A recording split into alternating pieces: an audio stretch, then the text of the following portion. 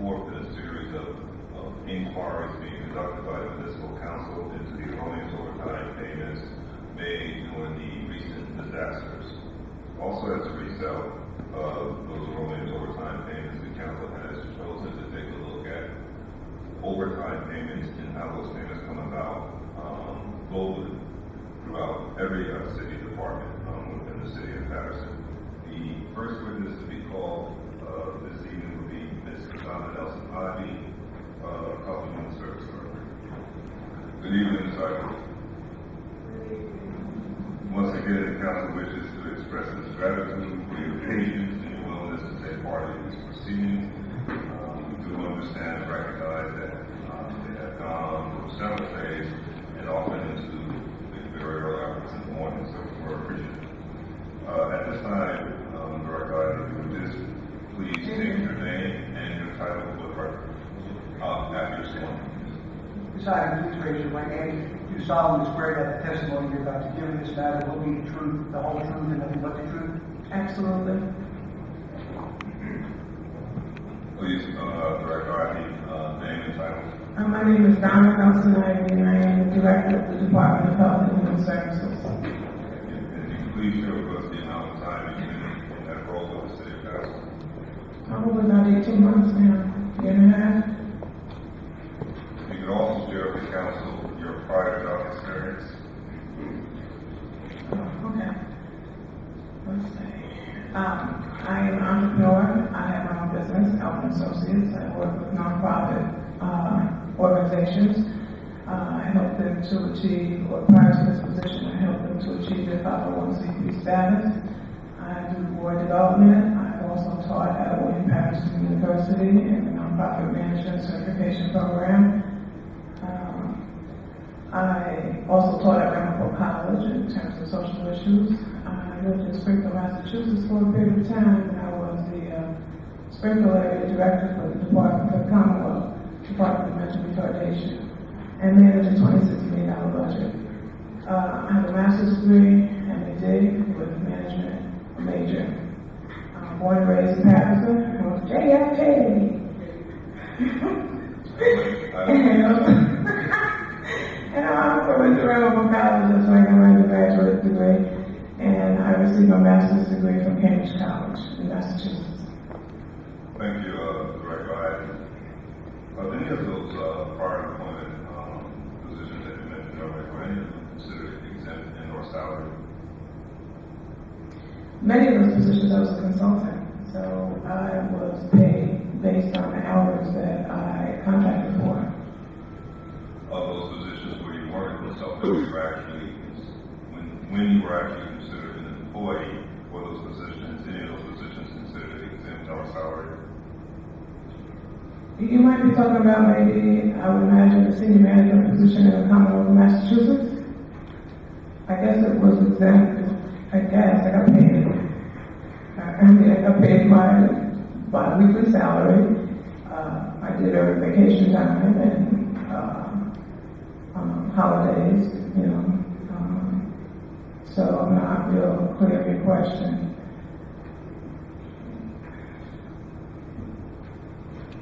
So if I understand you correctly, to the best of your recollection, the only prior position that you held that may have been considered the salary position or exempt position was the one you held when you worked in Massachusetts? I guess I think so, because that's the first thing you're asking me.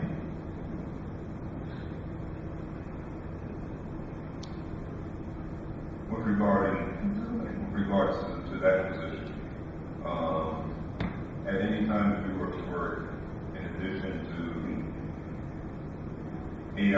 more hours than 8 hours a day or more hours than 40 hours a week, were you compensated for the overtime?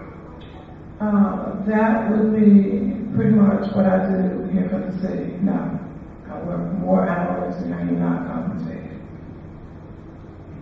I have worked more hours than the 35-hour week for the Commonwealth of Massachusetts, as well as here in this position.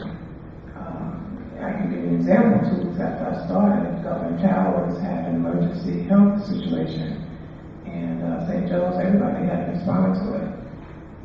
And I worked weekends throughout the summer to ensure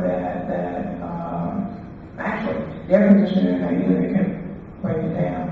So we would get called, I would call the on-call staff, help, and environmental inspector, and we'd go out and spend on Saturdays or Sunday afternoons until that equipment was fixed. And then get paid for that.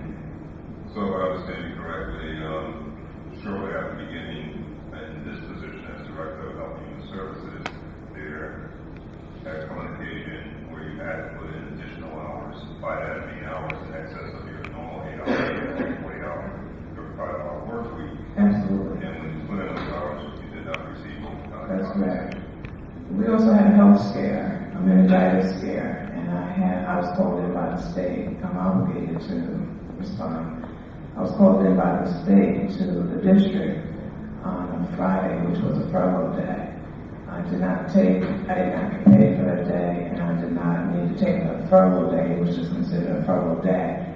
I was there with the nursing supervisor and the nurses of the district so that we could get the information out without creating chaos and major concerns. So there's many times I've worked overtime and did not, Saturdays, Sundays, holidays. In your present position, do you consider yourself an exempt or salary employee as the Director of Health and Human Services? I guess what you're asking me, by your definition, I would imagine that's exempt. But when you look at my the documentation of the time, it says 70 hours. When it's furlough day, I get paid for 63 hours. So, we're talking hourly exempt. There's different ways that the system is broken out, so it's murky. If I understand you correctly, if I'm misunderstanding, please correct me. You're uncertain as to whether you're an exempt or salary employee? No one ever told me whether I was exempt or salary, and I just came to work. I just came to work. No one told me what my salary was either when I came to work. So going back to an earlier statement, the only time you receive less pay is those times when the city was on furlough. Correct. And those times when the city wasn't on furlough, if you on any occasion happened to work less than what we considered your normal work week, you receive the same amount of pay. Now, when I put in for vacation time, the business administrator signs it, and then those days are documented. And when I put in for personal days, those days are documented. So it would list personal or vacation, and then total my 70 hours. Follow me? Well, no, I understand what you're saying, but that really wasn't the question. Okay. Yeah, and let me attempt to rephrase it so that's a little clearer. Okay.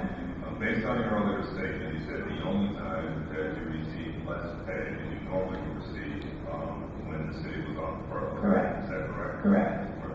At any other time when you may have worked less hours than you were normally required to work, whether that was a 35 or 40 hour work week or an 8-hour day, did you receive less pay? I really don't understand. I work more hours than 35, so I never worked less hours. The question was, I said, in the event if you were to work less hours, would you receive less pay? If I worked less hours, would I receive less pay? If it's not documented time, sick, vacation, or personal time, yeah.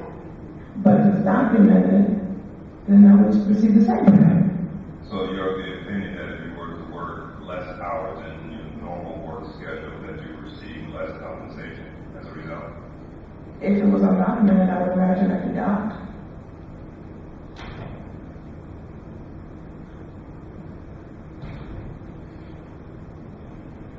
And also, if I understood you correctly, there has not been an instance where that has happened? That I was docked because I worked less hours? Yes. No, because I don't work less hours. I work more hours. I can't, this job, as I know you guys know, is intense. It's not a 35-hour job. Sometimes I get phone calls 6, 7 o'clock in the morning. I certainly get phone calls 3 o'clock in the morning from the fire department when there's a fire and people just so that we know and we're notified. All that stuff doesn't get documented. You know, I come in there and do paper where there's no people around, so I can do the paper because I deal with people. Thank you, Director.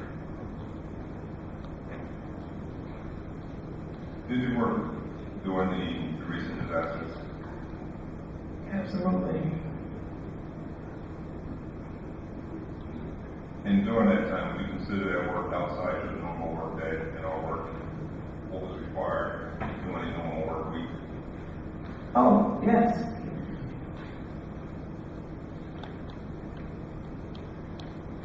And did you receive overtime compensation for those hours worked? Yes.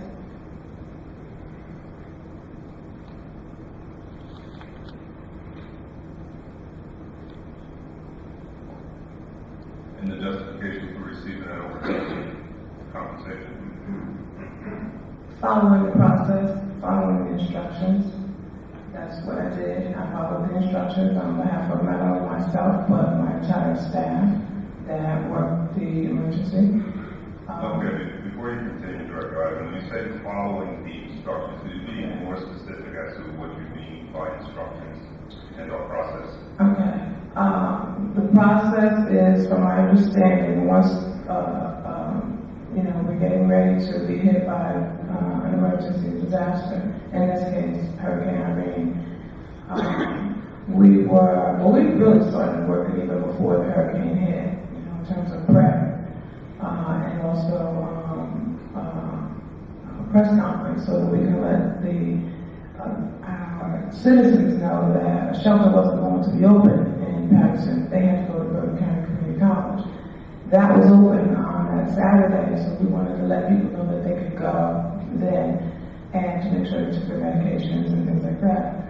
But during the meetings, I'm coming. I don't mean to cut you off. I think we have an understanding of the role, somewhat of the role we play, and we will have a later question with regards to more specifically the role you play. But at this point in time, you mentioned earlier that you follow instructions in the process. I need to understand what were those instructions or what was that process? That's exactly where I was going next, Councilman. During our cabinet meetings and during our office, operations emergency planning meetings and actual meetings, we were reminded to document all of our time, all of our hours, all of our staff hours, all of the equipment that's used, anything purchased that's needed to address the storm, and to just make sure that we document it all so that when it's time to submit to FEMA, that we would have that documentation and we can submit. And who told you that? I heard that from our OEM director, who was the public safety director, and I've also had a telephone conversation for clarification purposes with our acting finance director. And my fiscal clerk was with me in that conversation so that we could have clarification on how to generate our submissions, and it was to be in a separate budget. So would it be fair to say that you were instructed by both the OEM director and the finance director to document all time spent during the recent disaster for the purpose of submitting that document to FEMA for reimbursement Yes. for overtime hours? That's my understanding.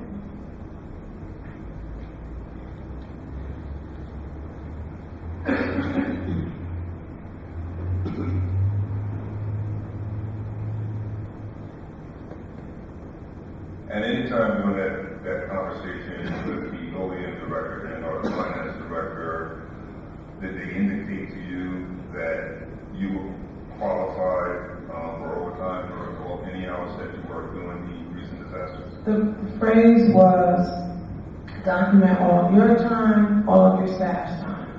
Document the equipment purchase, da-da-da. That's what the phrase was. And so that's what I did. Understood. When you talk about staff, how many of your staff members did you assign to work during the recent disaster? We needed to call out staff depending on the situations. I can't give you the numbers, I just certainly gave you well, you have the backup, you have all of that. So I needed certainly the nurses, the nursing supervisors who I call. First of all, I call the BA to let them know that I need to call staff out. And so the nursing supervisors are called out. So the nursing supervisor called out and she told me how many nurses she needed. And then we had to do a triage to make sure that folks were physically ready and could sustain living in a shelter situation, shelter conditions. I also needed to call out my DSS director, Division of Senior Services, and the drivers, because once the water subsided on Route 23, we could have the buses, our safe county paratransit buses, vehicles to transport people, citizens, from shelter to shelter, from shelter to shower, things like that. So all of my documentation in terms of the dates, the times, the activities should be included in your packet for all my staff. So the list you just shared with us, does that comprise your entire staff complement that was called out during the recent disasters? My entire staff?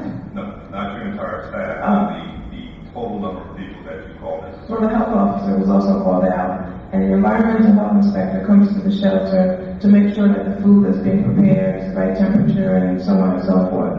We had absolutely no incidences, no foodborne illnesses, nobody needed to go to the emergency room, everybody was taken care of, and we moved those folks from, I know I talk too much, Bergen County Community College to Eastside High School and School 24, and then to Riverside Vets. And thank you once again, Director. We are appreciative of that, and I don't think anyone is questioning whether or not the job was done well. I think everyone agreed that yourself, along with the members of your staff, did a yeoman's job. But this isn't an inquiry as to the status or the quality of the job done. It has somewhat of a different focus. So if I cut you off, it's not meant to be rude. It's just kind of meant to keep the conversation focused on quality. I appreciate, and I also appreciate your flexibility, because this is an opportunity to be heard, and I appreciate this opportunity. Okay? You made an earlier reference that you consulted the PA prior to calling in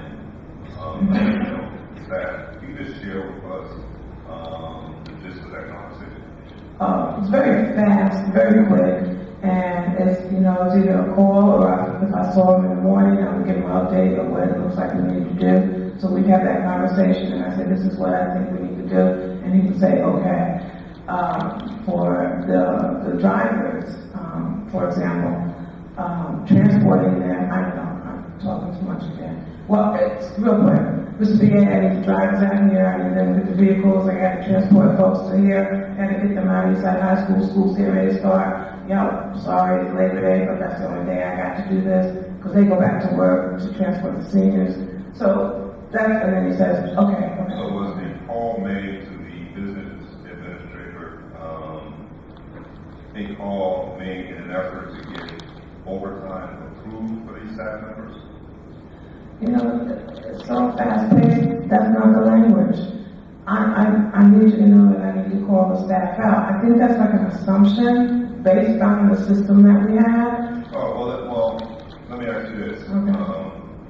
Can we safely assume that the job function these individuals performed in the time they performed them was outside their normal work day? Correct. So therefore, can we safely assume that given that it was outside their normal work day, they would be compensated at time and a half? That they would be compensated. I wasn't thinking that mode. I just, I need you to come out, we gotta get these folks moved, and they came. They, I think, assumed, that they were gonna get paid. Nobody said, oh, we're gonna run overtime. It wasn't that kind of event. It was weird. So, I don't know if anybody stopped in the middle of this council, for real, and said, oh, we're gonna get overtime. Not DHHS people anyway. I can only speak on behalf of my department. Okay, were they paid overtime? Yes. Following the instructions.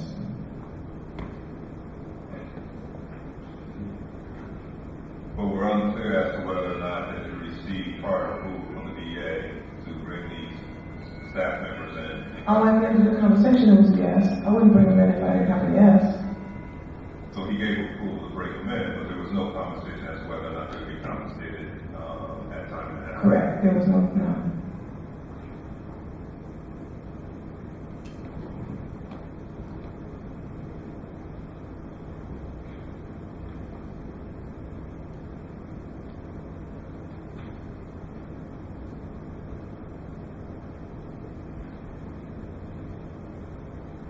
So am I also to understand that at no time any of your staff members inquired as to whether or not they would receive overtime pay for the time that they came in?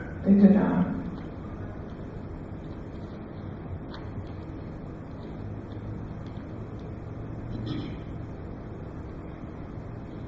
Of those staff members who were called in to service during a recent storm, or would you consider any of them to be exempt or salary employees? Let's see.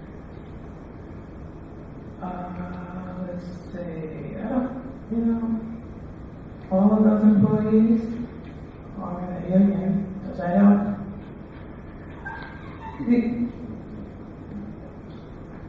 I don't know. I really don't know. I really don't know what you're asking me because it's so. They're in the union, and actually, I have their union contracts here. So if you want to take a look at what their union says with regards to overtime, you can have this set. So if I understand you correctly, it is your belief that all the staff that were called into service during that time we were contractually obligated to pay them overtime? Yes, they're in the union, and yes, that's what it says. So that's every employee that you called in? I believe so. The health officers are in the union as well. Definitely the nurses supervisors and the nurses, the drivers, the director for DSS. So there's specific language within their union contract that names these individuals by title that says they get compensated All overtime. the time, yes. And you'll be able to point out the sections in the contract with that language. Actually, yeah, I have on pages 23, 24 here. Yeah, I can pick those out for you. Okay, let's just pick one or two if you don't mind. The health officer. That would be supervisor.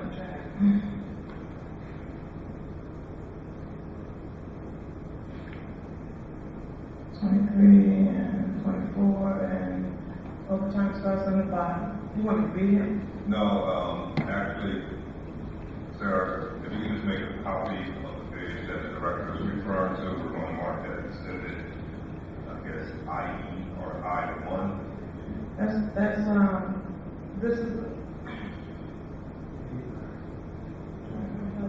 the supervisor, so that's what it is. 23, maybe the top of 24.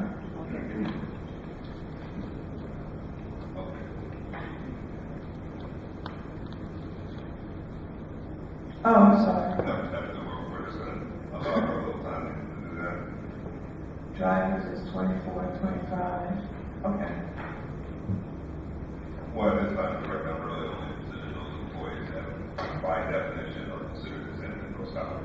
Okay. And I don't believe by definition that drivers are considered No. exempt or salary. Okay. Just give her a little time, if you don't mind. Okay. May I ask a question? Certainly.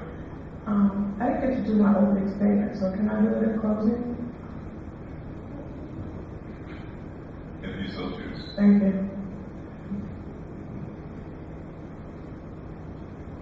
While we're waiting for her to make those copies, are there any grant monies available to your department to compensate employees in times of disasters? In times of disasters, no, there's grant money available to do drills and prepare for disasters. So there's grant money available to compensate those employees who perform work outside their normal work day or work hours? doing drills. That's what the grant money is. No, I'm not concerned as to whether or not what it's used for, Okay. but there is grant money available to compensate members of your staff for performing certain duties outside their normal work day and all. Yes. Now for specific, it is only to be used for performing drills. No. Now we also have our HIV/AIDS testing mobile unit that goes out after hours, and that's a grant, and they get paid overtime to do that. So drills in the mobile unit. Yes. Anything else? Not to my knowledge. I'm trying to think right away. I don't think so. I think the commissioner held those two areas in particular. Do any members of your staff receive a stipend of any sort for performing duties outside their normal work day and work hours? Not to my knowledge, Councilman.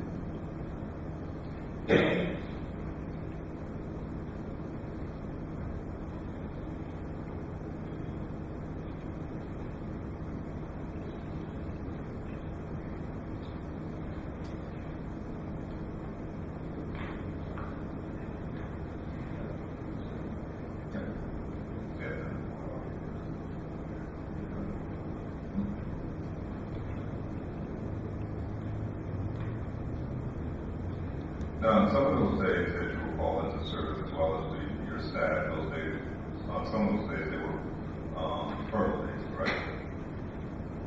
During our reading? Oh, you mean what I alluded to earlier, like for the meningitis case? That was a furlough day. Yes. At any time or any instance when your class, when your staff is called into service, were they called in on a day that would be typically deemed a furlough day? For the meningitis scare, yes. My nurses were called in to the district. And they had to get paid for that day per contract, and then they had to take another furlough day. I did not get paid for the day. Now, it's also my understanding that there were some furlough days on the recent disasters. Or any of your staff called in on those days? What? Don't think we had a furlough day during that time. There was no furlough. No, it wasn't a furlough day. Same thought.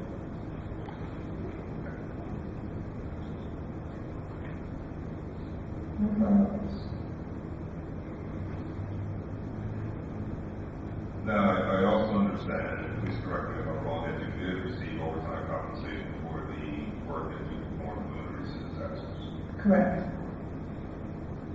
And you received that compensation based on what? Following the directions and submitting, doing the documentation and submission. We were called for payroll to submit to payroll.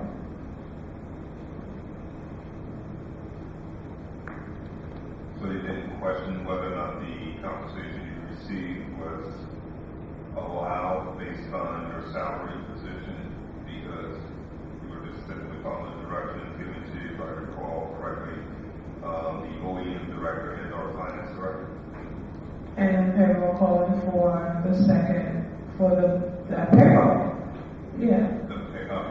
It was two different payrolls. We had to submit a separate payroll so that when FEMA reimbursed, that we would, I guess, the finance folks could reconcile. So if I understand you correctly, the payroll department asked you to submit another document for a separate payroll? Acting finance director explained that to my fiscal clerk and myself on a phone conversation because I was confused by it. So I called for clarity. And he explained to you put that in separate so that it can be tracked because technically it's like a FEMA budget. So you track that differently than your regular payroll. When you make a reference to that, are we talking about a document that kept track of the hours worked during the disaster? Yes, that's included in my packet. That payroll is included in, that tracking is included in my packet. That's a separate track, that's FEMA, or the Hurricane Irene, it even says it on top. Hurricane Irene flood. And who signed off on that document? I do. You signed off on that document for yourself as well? Yeah, I should run that across the street to the VA, but it just goes right upstairs. I know. He signs everything else for me, but yeah, I do. I'm being honest, right? Yeah, we appreciate that. But it's also the process that we need to fix, right? That's why we're here. Go ahead. Absolutely. Okay. We're not on the same page, we're in the same boat. Yes, we are. So you did sign off on that document, and if I understand you correctly, you recognize that as being an error in the process.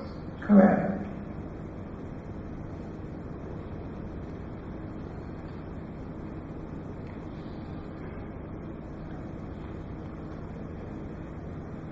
We had heard earlier testimony that some folks, let me not say that. We had heard earlier testimony that certain senior staff members felt that they were allowed to receive overtime as a result of their participation in our duties performed during the recent disasters because they were deemed first responders. If I understand your testimony correctly today, you feel that you were deserving of the overtime because you followed the instructions given to you by the OEM director and business administrator, not because you were first responder. That's where this gets tricky. I'm an essential employee required by position by the state to respond to emergency situations. I'm not a first responder. Police, fire, DPW, hit the ground depending on what it is. If it's a health emergency, then my staff, health officer, and or the nursing supervisor are the incident commander in place. I come out to make sure that management assessments and all that other stuff is done, so I'm essential. So you qualify yourself in times of disaster as being an essential employee, but not a first responder. Absolutely.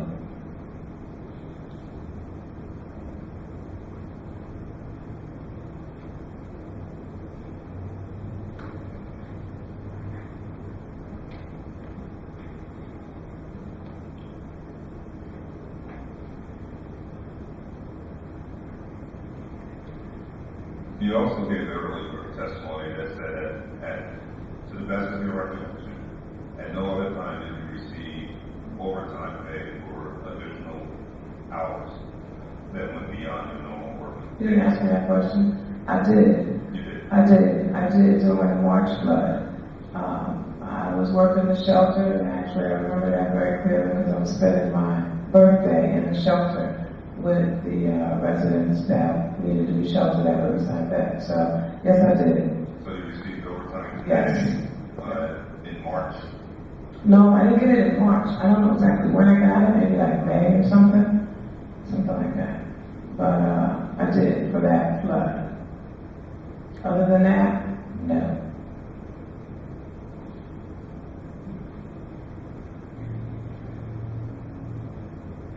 Was that also compensation that was reimbursed by FEMA? Actually, it wasn't. That one did not get declared, and I really struggled with that.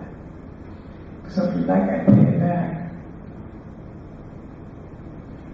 I'm serious, because I really struggled. Thought it was going to be declared, and I'm not really trying to spend the city money. I'm trying to save the city money. We appreciate that. Okay. So, if I understand you correctly, during the, was it March floods? Yes. You received overtime pay for the duties you performed in Later. excess of your normal work hours. Correct. With the understanding that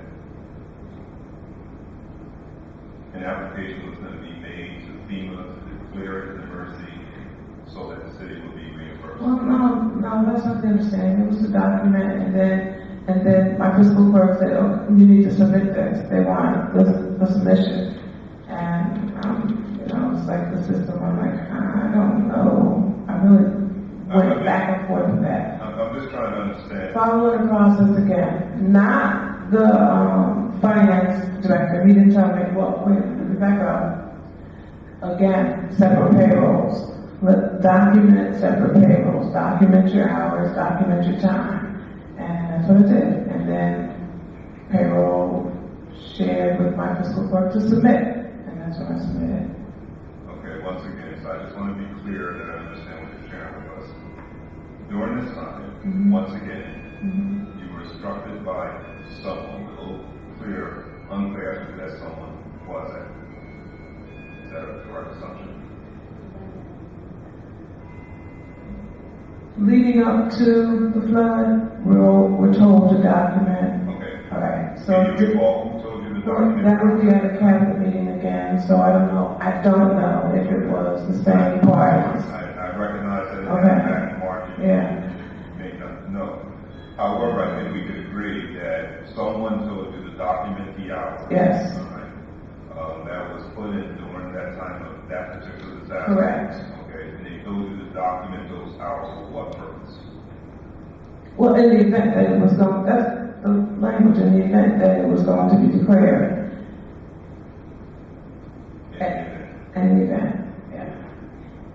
Never mind. So,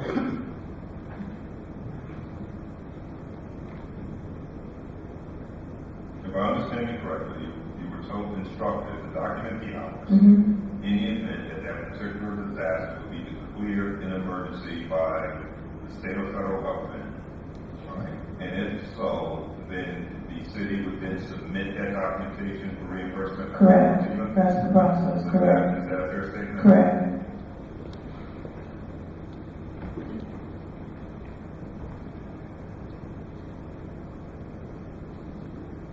And the city never submitted the documentation? It wasn't declared. It ended up not being declared. Okay. Correct. So then, it ended up not being declared, so therefore there was no documentation submitted to FEMA. Right? And so the compensation for the overtime, 100% came out of the city's budget. Correct.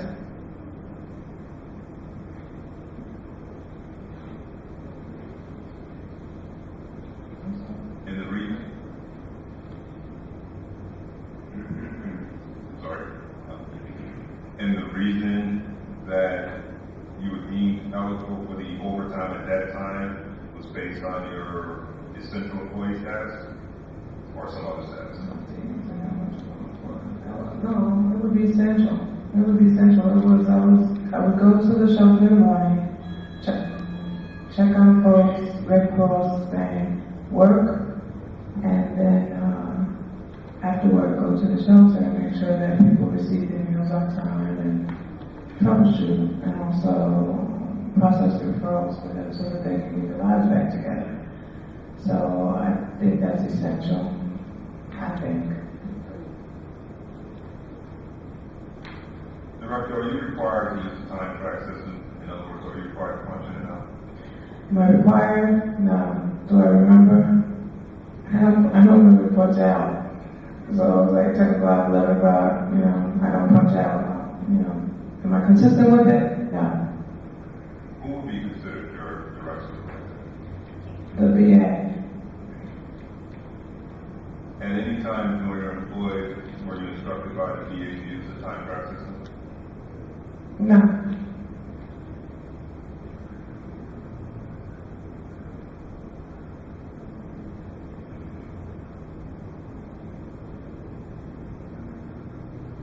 So then it's safe to assume that any additional hours worked are based on the honor system? Any additional hours work are based on Outside of your normal work week? outside of emergencies? No. Emergencies I track. Those two floods in particular. The rest of the stuff, I kind of like leave, I have a little calendar on my file cabinet so that I say 8:30 to 10 p.m. so I can, at a glance. But I don't track it for comp time. I don't track it. I just kind of look at the heck and put a lot of hours in. Okay. And I'm about that. Okay. I just need your help in understanding one thing. If in fact you don't use the time card system. Mm-hmm. And the only time you actually document hours is when you were doing emergency. Or if I'm taking off. Or if you're taking off. Okay. Or Yeah. a benefit day of some sort. Yeah, holiday, not holiday, personal day or vacation day. So based on that, it'd be very difficult to determine whether or not if you work less hours in your normal work day and a work week, would you be receiving less compensation? Because there's really no way to track the amount of hours that you work throughout the normal work day or work week, given that you don't use the time tracking system. Would that be a fair statement? That's fair. That would be fair. So based on that, I guess it would also be safe to assume that you would be considered an exempt or salaried employee. If that's the definition. It is. Okay.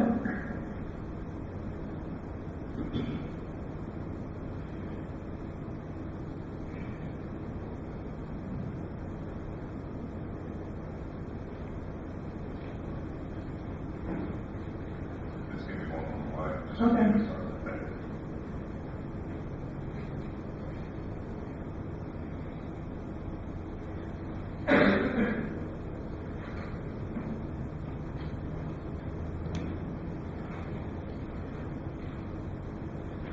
Thank you, Director. Referring to Exhibit ID.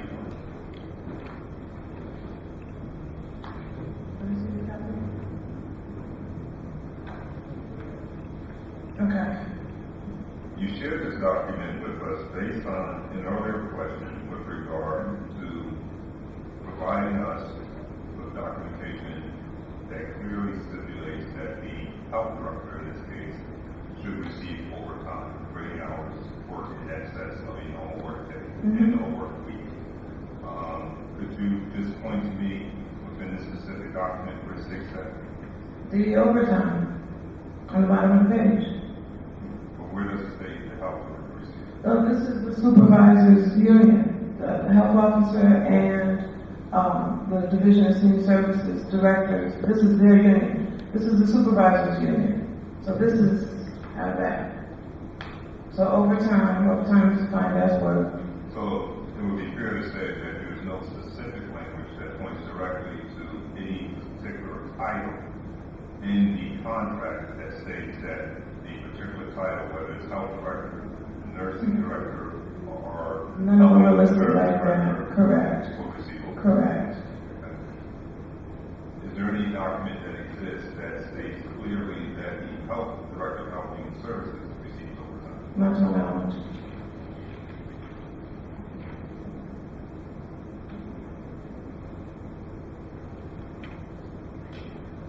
Other than overtime, have you ever received a manually generated or offline check in addition to your regular compensation?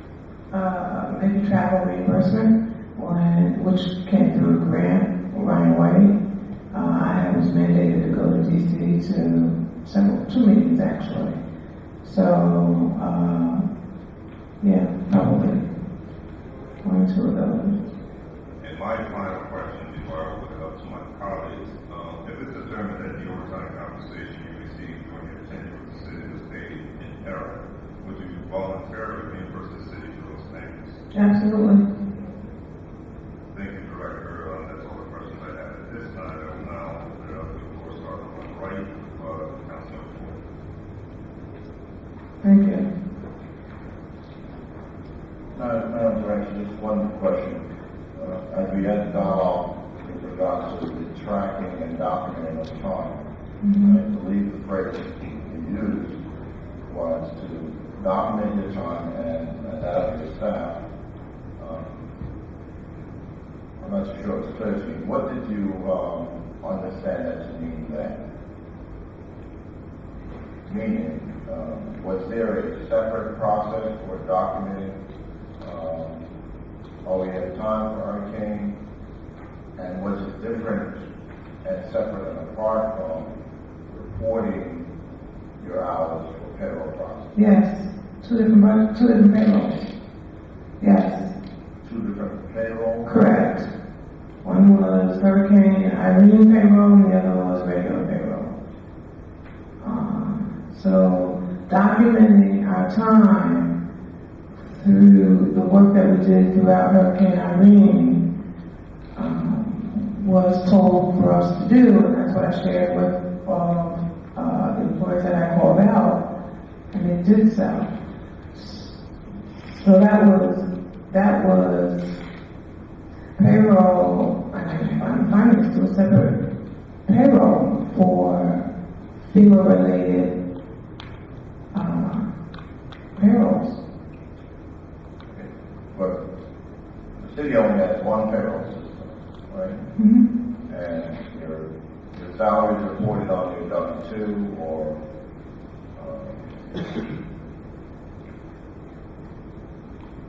help me to understand how this additional payroll run for OEM is different from every other payroll. I don't work in payroll, but the only thing the way that I understand it, based on the director of finance, is that he just says it goes on 2 separate payrolls. So when we document our time and submit for the hurricane, that payroll, I'm guessing, because I don't do it, that payroll then gets generated. And when it's regular work week, then that payroll gets generated. That's my guess. And, thank you, Mr. Chair. That's all the questions I have. Thank you, Councilman White. Council President Davis. I have no questions. Thank you, Council President Davis. Councilman Rodriguez. Thank you, Council President. Hi there, how are you? Good, Councilman. How are you? Good evening. You get my message? Yes. Okay. All right, I have just need to understand the department a bit. One of my questions would be, on the youth, who is there? Under me, Right under you. the division directors. You want me to list them? But when it comes to the health information, The health officer is under me. so Yeah, he reports to me. and they're right under the health officer? And the management team there would be the nursing supervisor, let me see, chief environmental inspector, the fiscal Yes. agent. Right under the health officer, who is there? I'm just telling you, these are the people that report directly to him. All right. Yeah, I wasn't finished, but yes. Well, I'm actually going into I asked the questions to see more or less where that has falls under. It's my understanding that right under the director falls the health officer, Correct, the way you described it. correct. Then the chief or the nurse director. There's a nursing supervisor who's over the nurses. There's the chief environmental health inspector who's over the health inspectors. There's the fiscal agent who supervises vitals, vital statistics. The health educator reports to the health officer, and the supervisor of the STD clinic reports to the health officer. Who do you get inputs from? And how? In other words, you stated that you was part of the outbreak team.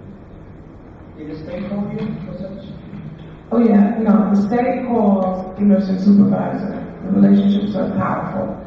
And the nurse at the district, the state notifies as well because of the fear of 3 family members being, I guess, infected with meningitis from St. Joe's Hospital. So once those tests came, it goes to the state, and then the state calls us out. Called you guys out? And call you or call your health officer or call your No, board doctor? they called the health supervisor because I don't think the health officer was there yet. So, I'm sorry, the health nursing supervisor. That's who was notified by the state. She notified me, I notified the VA and the mayor because of the seriousness of the concern. Okay, understand that now. It's my understanding that, as you stated, on my question number 5 here, those individuals get called on an emergency basis for a drill. When they got called for the Hurricane Irene, was that on an emergency or on the field?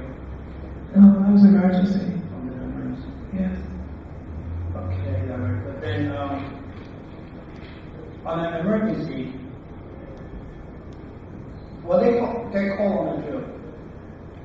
No. Who pays the overtime for that? All right. Who pays for that? Okay. The drill is, we write grants to do drills so that we can be prepared in the event of an emergency. The last one we did, my first one that I participated in, was a vaccine drill, a drive-through, if you will. So that was a grant. I think that was a Sunday. Yeah, we did that on a Sunday. They were paid for their participation. I have to be there. I'm called to be there, and I have to wear that hat to make sure that everything is functioning the way that it should be functioning. Yes, but I have an issue with that because according to the bylaws, you have to be a qualified person in order to conduct or inspect or supervise the health officer or the nurse director. Also, when it comes to the drill, we do get paid by the county. Yes or not? No, that was a grant from the state. Well, The county participated in the drill. The health officer from the county participated in the drill. according to my record, and I need to see some evidence on that, that we do get paid by a grant, not by the county. The other question would be, Director Ivy,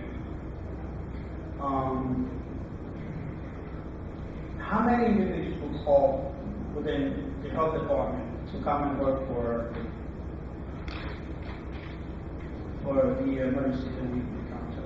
Director, if you just give the number of individuals, we'll already get the titles. Yes, Work. no, Can I count them then? Are you talking about for the health, or are you talking about? More or less. And if you could, please tell me in which department? The nurses, public health nurses, and health inspectors. I think two health inspectors came out, environmental health inspectors. So you would say, is it fair to say you're the nurses? And our clerk, who was bilingual, served to interpret for us because we had a lot of bilingual individuals impacted by the How strike. many nurses do we have?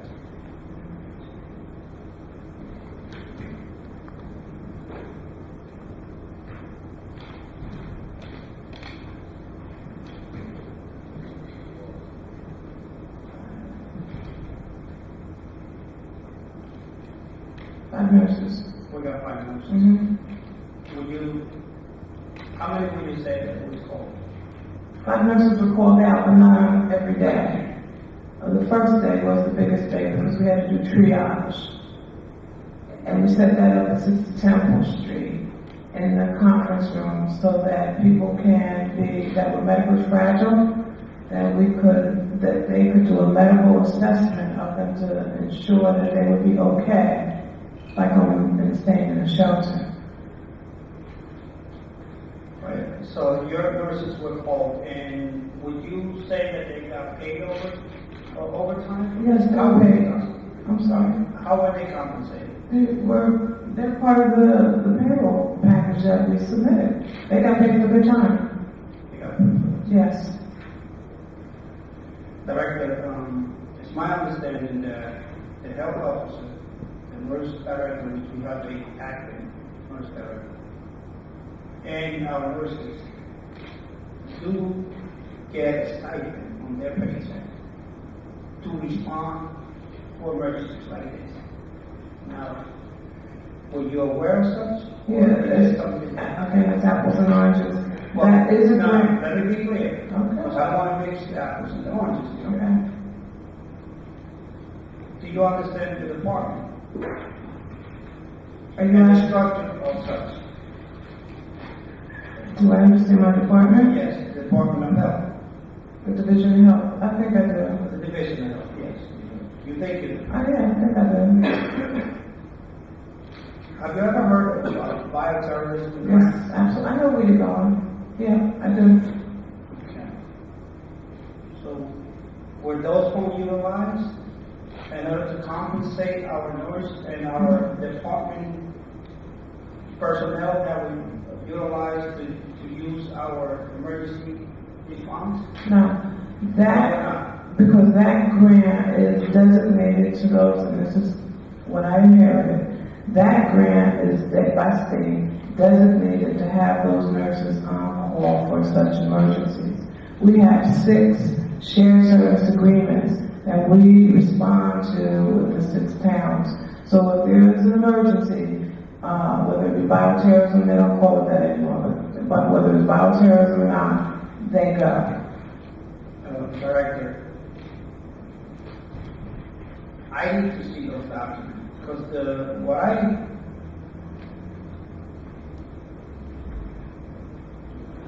my understanding is that those individuals get a stipend. In other words, you or myself, if you make $50,000 a year, which is your salary, you get about another $8,000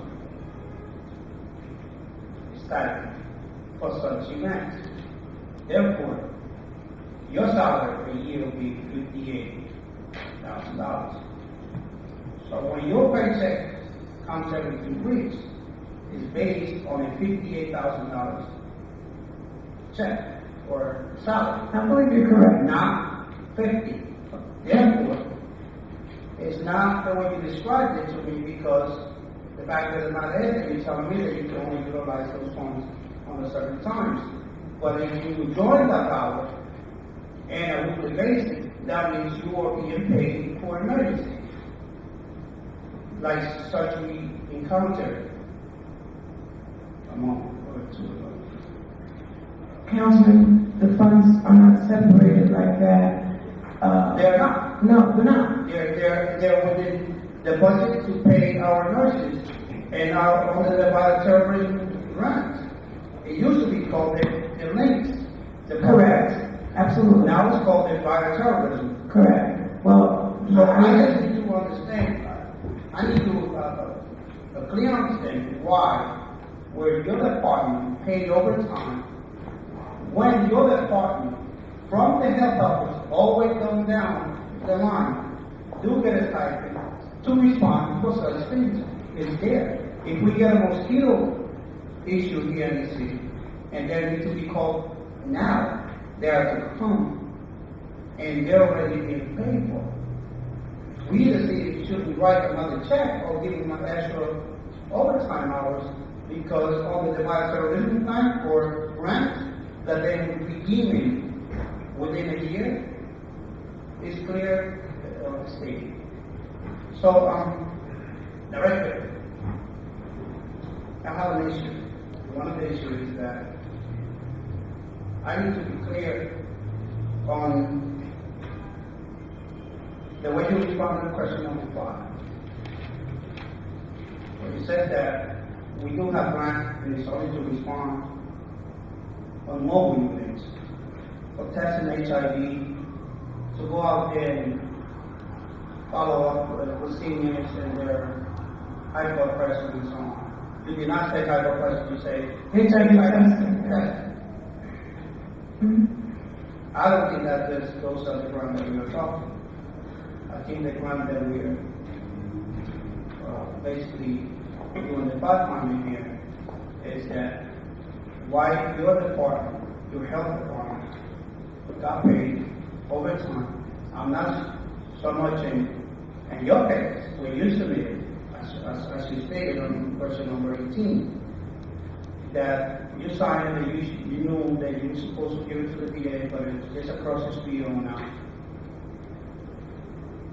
I do have an issue with that, but that's besides the point. I just think that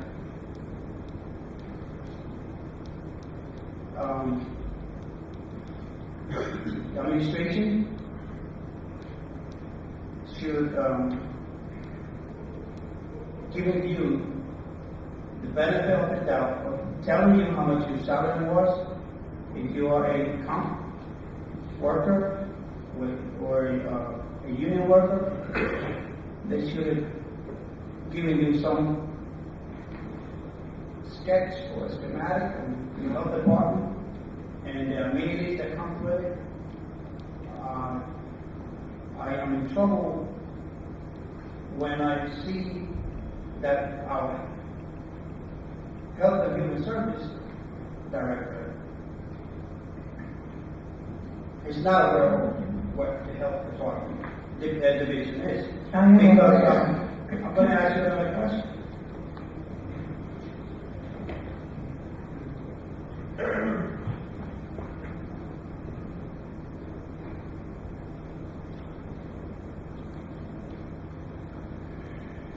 Under your wild terrorism, you have 3 individuals prepared. Under the grant, there are 3 individuals there. Why was only one person called? The other person was called once or twice and told to go home, and then another person we just told to stay home. When they were getting paid over the year to do such work, who called this individual? Did you call them as a director? Or they just show up and you say, you know what, enough is enough, I got to leave, that's enough.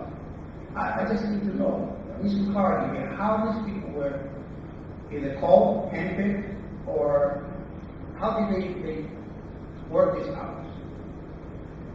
They were called by the nursing supervisor who has worked with these nurses for years. She knows their skill sets, she knows their capabilities, and she knows what they can do and how well they all work together. That's not my decision. My decision is to make sure that it works well overall. And that's what happened. May I make a suggestion, sir? No, I think I'm clear with your answer. No. Okay. I think I'm clear with your answer. Okay. Mr. Chairman, thank you. Thank you, Councilman Rodriguez. Councilman Sayer. Director Ivy, Sure. you stated that you struggled with the issue of whether or not you're entitled to overtime compensation during the March storm. And then you went on to state regarding the hurricane and the subsequent tropical storm that you were confused and needed clarity. Why didn't you seek a legal opinion from Corporation Counsel as to whether or not you qualified for overtime compensation? Where was I confused at? For Hurricane Irene? Yes. I was not confused. You said that you made a call for clarity. Yeah, to people in charge of finance. Why not people in charge of legal, a lawyer, as to whether or not you're qualified? But you have a timeline to respond to FEMA, and if you don't respond within that time, you don't get the reimbursement. So what we need to do is respond accordingly. And that's, it's not like we have a whole lot of time to process. So this is a system that has already been in place. So the active finance director is the one who manages the money. So why would I question that, Councilman? He may not be privy to whether or not individuals such as yourself are qualified for overtime compensation. And so that's why we seek legal opinion. Well, you didn't tell me it wasn't. Going forward, would you seek a legal opinion in matters where there may be some confusion? Going forward, I would hope that we would have policies and ordinances to address this. Now, you stated that you work Saturdays, Sundays, holidays. At one point, did you determined that there would be certain instances where you would submit timesheets for overtime. No. How did you make a distinction between the Saturdays, Sundays, holidays, and then storm, and then the hurricane? My workload. Okay, so you determined based on the workload. Yeah, so I get things done. Thank you, Mr. Chair. Thank you, Councilman Sam. Councilman Moore. Thank you, Mr. Chair. Director, just two quick questions for you. One was, and we've heard this numerous times, not just you, through other employees who have been questioned, past practice. Was it past practice, to your understanding, that the Director of Human Services received any overtime compensation for disasters, be it floods, snowstorms, or any essential work that was performed in the past? Councilman, when I walked into my office, there was like a piece of paper in there. There was no direction, there was no guidance, there wasn't anything. So I don't know what past practice was for the former director. There was nothing for me to be guided by. I knew what I needed to do based on my research. And every piece of paper in there, there's a lot in there. I brought to it. So I don't know. I do not know. Right. Well, Director, that's fair to say. Well, I hope in the future, knowing the type of work ethic that you have, and you put policy in place, regardless of who the next person is, because we don't wish for one of these positions forever. Absolutely. That there is policy in place that the next person does not can walk into your position behind, be it a disaster situation or be it day-to-day work, and that's just it's not comfortable to know that there's no policy in place in general. Even look at the overtime policy with reference to a smoke break. I mean, obviously there's some work. Councilman, you editorialized. Do you have an additional question? Yes. Thank you, Mr. Chair. Sometimes after you sit here for a while, but besides editorial, sometimes I have to start singing that. My next question to you is the contract system. Yes. Do you, as the director and your staff, have any more to your concerns about the contract system? The contract system is good, but my staff also have a paper trail that they come in and sign in and sign out. So it's like a dual process in terms of what we do at 125 and for the Department of Health and Human Services. Are there any particular concerns from your staff? Not to my knowledge. I haven't heard any. Okay, last question to you is, during Hurricane Irene in particular, how many consecutive hours did you work from the beginning? As you know, it was a process where they knew the storm was coming. I remember being in the central office with you, command center, till seeing you days later. How many hours in a row did you work?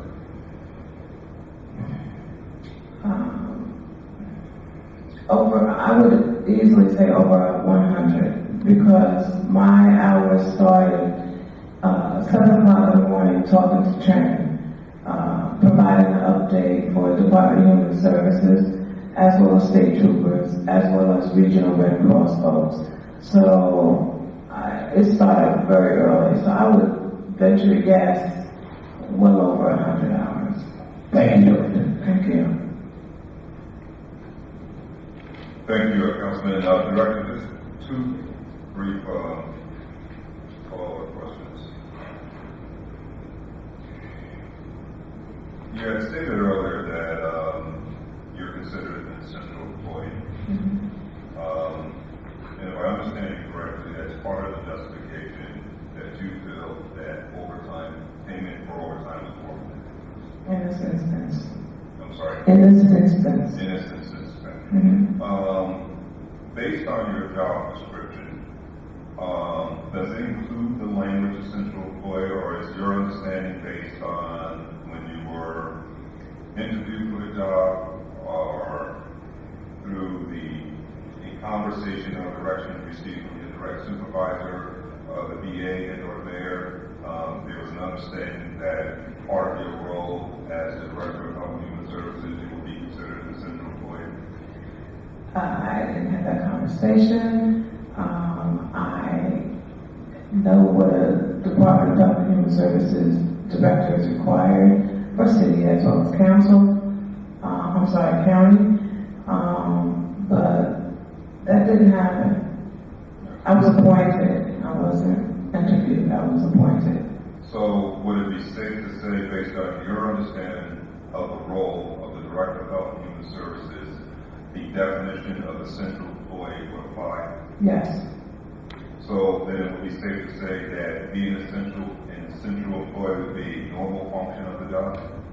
A normal, yes. So if it's a normal function of the job, why would the compensation be differently if you're performing a normal role? Because that's, responding to an emergency isn't a normal function. But if you're saying, Director, and if I misunderstood you, please correct me, that you're responding to the emergency because you're considered an essential employee, and based on your understanding, the definition of essential employee is a normal function of the job. Therefore, responding to an emergency is also a normal function of the job. Okay. Would that be fair to say? Kind of. No, It's really very murky, Councilman. It really is murky. Director, I don't want to put words in your mouth. If you don't think it's fair to say, just simply say it isn't. Well, it isn't fair because it's the requirements and what. Well, let me start by saying this. When the storm was coming, I didn't say, "Gee, let me see how much overtime I can make." Well, no, that's not the question. Wait. I didn't even stop to think what I needed to do. I just did it. Director, I think we all can agree that you're passionate about the role that you play as the Director of Health and Human Services, and that would not be the first question that popped in your mind. Correct. But that's not what the focus of this conversation is. Okay. What I'm trying to be clear about is that, based on your understanding of the role of Director of Health and Human Services, that role is, by definition, an essential employee for the city of Paterson. Right? Yeah. Therefore, it's a normal function of the job. For instance, Go ahead. a fireman and or woman, all right, will be considered an essential employee at the time of a fire. First responder. I'm sorry. They're first responders. All right. Okay. Follow my Go ahead. line of reasoning here. Okay. All right. In times of a fire, a fireman and or woman is an essential employee. It's a normal function of their job to respond to that fire. All right. The fire is an emergency. Correct. They don't get compensated in addition to performing a normal function of their job, in this case, responding to a fire. So, based on your definition that you're an essential employee because it's a normal function of the job, one can deduce that since it's a normal function of the job, you should not be at a compensation to performing your job normally. If that fire person job time was ended at 5 o'clock and they worked that fire until 7 o'clock, they would be entitled to overtime. The fire, police, and fire contractually are obligated to be paid overtime. You don't have such a contract. I know where you're going. I know exactly where you're going. And am I? That's helpful because often I don't know where I'm going. Well, do I think that I should get paid overtime for the work that I do in the event of emergency? That's what you're asking me, right? I did not ask that question, but you can answer the question if you so choose. I think that's what this hearing is all about. Because depending on how we want to respond and the caliber of talent that we need there, we need to come up with a policy and an ordinance to address it. Let me just say this. First of all, this was unprecedented, as we know. But no one would have thought to use NJ Transit buses to go get those folks from Bergen County Community College and bring them to Paterson when we were allowed to open up a shelter. That's what I bring to the table. So the caliber of what we want and how we want to help our citizens, that's what this hearing is all about. Director, as I had said earlier, no one is questioning your commitment and our role and the exemplary role you played during this recent disaster. Thank you. That is not the focus here. I understand. So I can really answer that question, Councilman. Therefore, since you placed the question on the table, do you feel that you should be paid overtime for responding to an emergency as the Director of Health and Human Services? I think that question is unfair. I really do. I can't answer that question. But Director, you opened the door to the question. No, I was trying to provide clarification so I can understand where you were going. I hear what you're saying, and again, the only thing I can say is the findings of this hearing will help us to determine that. Perhaps. Okay. Thank you, Director. I would ask that you're excused at this moment, but I would ask that you remain close. Can I do my... Oh, absolutely, certainly. Go ahead. Thank you. My closing statement? Yes, thank you. I really do appreciate this opportunity. I really do. It's been painful, as we all know, on many levels. But I also want to provide clarity, as best I can, relative to emergency responders. First, the highest ranking official to arrive at the scene of an incident is the incident commander. If it is a health emergency, then the health officer or the nursing supervisor will be incident commander. And the Director of Health and Human Services is present to assess, provide guidance, direction, and overall management. As I understand it to be by virtue of my position, I am therefore considered to be an essential employee and required by the state of New Jersey to respond to emergency situations. The Division of Health has 3 emergency operation procedures documents. They're called EOPs. And the Director of Health and Human Services and public health officials' responsibilities are clearly outlined. The 3 EOPs are health, shelter, and social services. These EOPs are required to be updated every 3 years and forwarded to the New Jersey Department of Health and Senior Services. We are also required to update our Paterson Emergency Operations Procedure Manual by copying our OEM on all updates. I have a set of these, if you would like them as well. Now, if I can just let me help with the incident command system trainings, because there's been some confusion with those. With support provided by the Paterson Fire Department, most administration staff completed the online ICS 100 course on April 25th, 2011. This is an introductory course to incident command, and it is recommended that all employees and elected officials complete the course. The incident command system satisfies the National Incident Management System, that's called NIMS, which means in addition to police, fire, DPW, and public health personnel, the directors of DPW and DHHS are required to complete ICS 100, 200, IS 700, 800, ICS 300, which is a 3-day course, and ICS 400, which is a 2-day course. This director has completed 100, 200, 300, and 700, with 400 and 800 yet to be completed.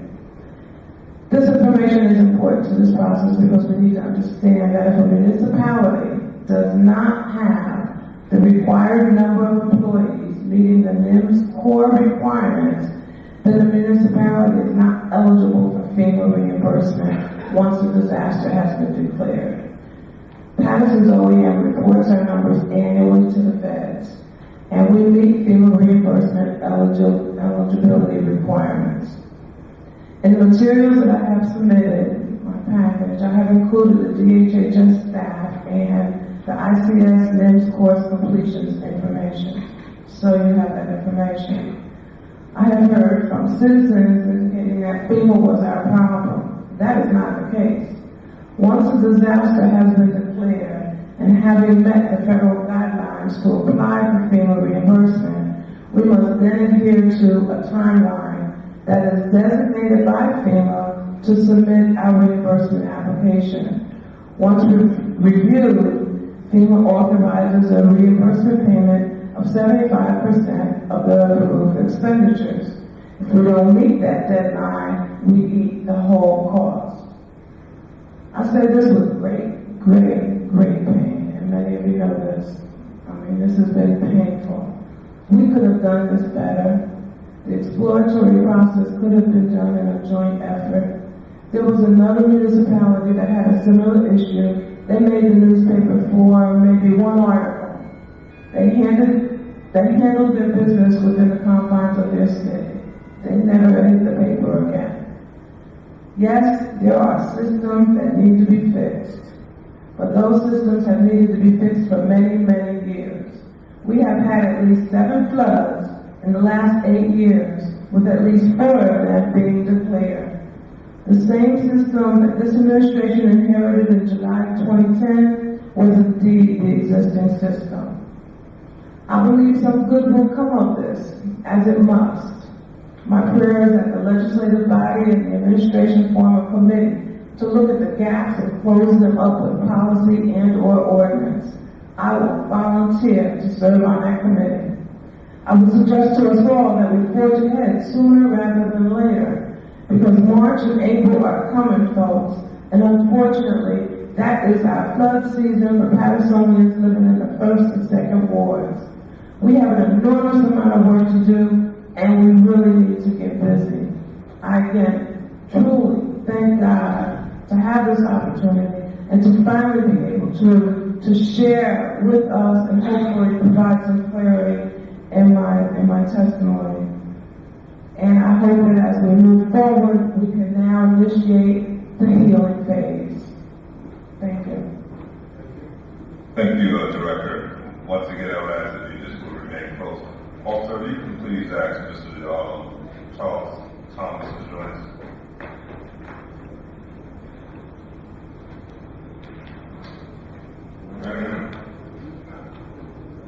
Councilman Morris, would you like these EOPs?